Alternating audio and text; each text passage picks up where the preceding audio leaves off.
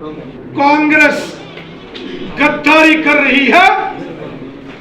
लगता है कि कांग्रेस के डीएनए में खड़ा। सर आप बार बार कांग्रेस की बात कर रहे हैं। हमें ये बताइए, अगर यहाँ पर सिक्योरिटी लैप्स था तो उसके बाद ही ये सब कुछ हुआ ना? सिक्योरिटी लैप्स नहीं है ये सब कुछ, ये बताइए। पहलगाम आतंकी पिछले 35-40 सालों में जम्मू कश्मीर में आतंकी साजिशें, आतंकी घटनाएं पाकिस्तान और उसके आतंकवादियों द्वारा की गई। जम्मू कश्मीर को लहूलुहान किया गया। आतंकवादियों के ठिकाने, उनके हाइडआउट्स, उनके बड़े बड़े कमांडर्स को ढेर कर दिया। और जब पहलगाम हुआ तो पहली बार केवल पीओके में नहीं, लाहौर, कराची और रावलपिंडी में भी आतंकियों के ठिकाने तबाह किए गए। भारत आतंकवाद को जड़ से समाप्त करेगा। अगर देश के अंदर कोई साजिश होगी उसको भी जड़ से समाप्त। सर इसमें नुकसान तो सबसे ज्यादा जम्मू कश्मीर का है ना? पर्यटक टोटली खत्म हो चुका है, कश्मीर के लोग खत्म हो चुके हैं। इसीलिए हम बार बार कहते हैं कि जम्मू कश्मीर की जनता का सबसे बड़ा दुश्मन और गुनाहगार कोई है वो पाकिस्तान।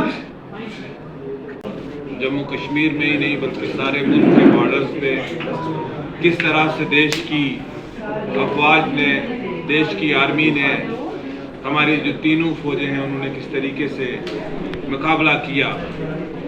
जब 22 अप्रैल को एक इंसिडेंट हुआ और 22 अप्रैल को ही प्रधानमंत्री जी ने कहा था कि हम देश के गुनाहगारों को न छोड़ेंगे और उनके साथ सख्ती से निपटा जाएगा। हमने, हमारे देश की फौजों ने और हमारे देश के प्रधानमंत्री जी के नेतृत्व में जो पाकिस्तान को सबक सिखाना था, जो अलगाववादियों के खिलाफ काम करना था, जो उन अटैकर्स के खिलाफ और उनके आकाओं के खिलाफ काम करना था, वो किया। आज पोस्ट वॉर सिचुएशन है और इस सिचुएशन में हमारे सरकार की और हमारी जिम्मेदारी जो है वो रिहैबिलिटेशन की है। हम लगातार 22 अप्रैल के बाद बॉर्डर एरियाज में रहे। रैना साहब, हमारी पूरी क़यादत, सत शर्मा जी, सुनील शर्मा जी, सारे लोग हम बॉर्डर्स पे रहे, बॉर्डर में आर्मी के साथ रहे। हमने लोगों की मुश्किलात को समझा और इमीडिएटली जैसा सीज फायर हुआ उसके बाद हमने बॉर्डर एरियाज का दौरा किया। हम हर उस परिजन के घर गए जिसका कोई ना कोई हताहत हुआ था, नुकसान हुआ था, मारा गया था। लोगों के घर टूट गए थे, लोगों के इबादत गाहें, चाहे गुरुद्वारा साहब हों, चाहे मंदिर हों, चाहे मसाजिद हों, चाहे मदरसा हो, क्योंकि जो पाकिस्तान ने हमला किया, सीज फायर वायोलेशन की, उसमें उन्होंने ना मंदिर को माफ किया ना मस्जिद को माफ किया। ये एक बहुत इंपॉर्टेंट इशू है कि आपको ये चीज समझनी होगी कि पाकिस्तान को जम्मू कश्मीर के लोगों के साथ कोई हमदर्दी नहीं है, बल्कि उनको जम्मू कश्मीर की जमीन के साथ प्यार है। अगर उनको जम्मू कश्मीर की जमीन के साथ मोहब्बत ना होती तो आज वो जम्मू कश्मीर के पर्यटन को खत्म करके जम्मू कश्मीर के लोगों की रोजी रोटी पे लात नहीं लगाते।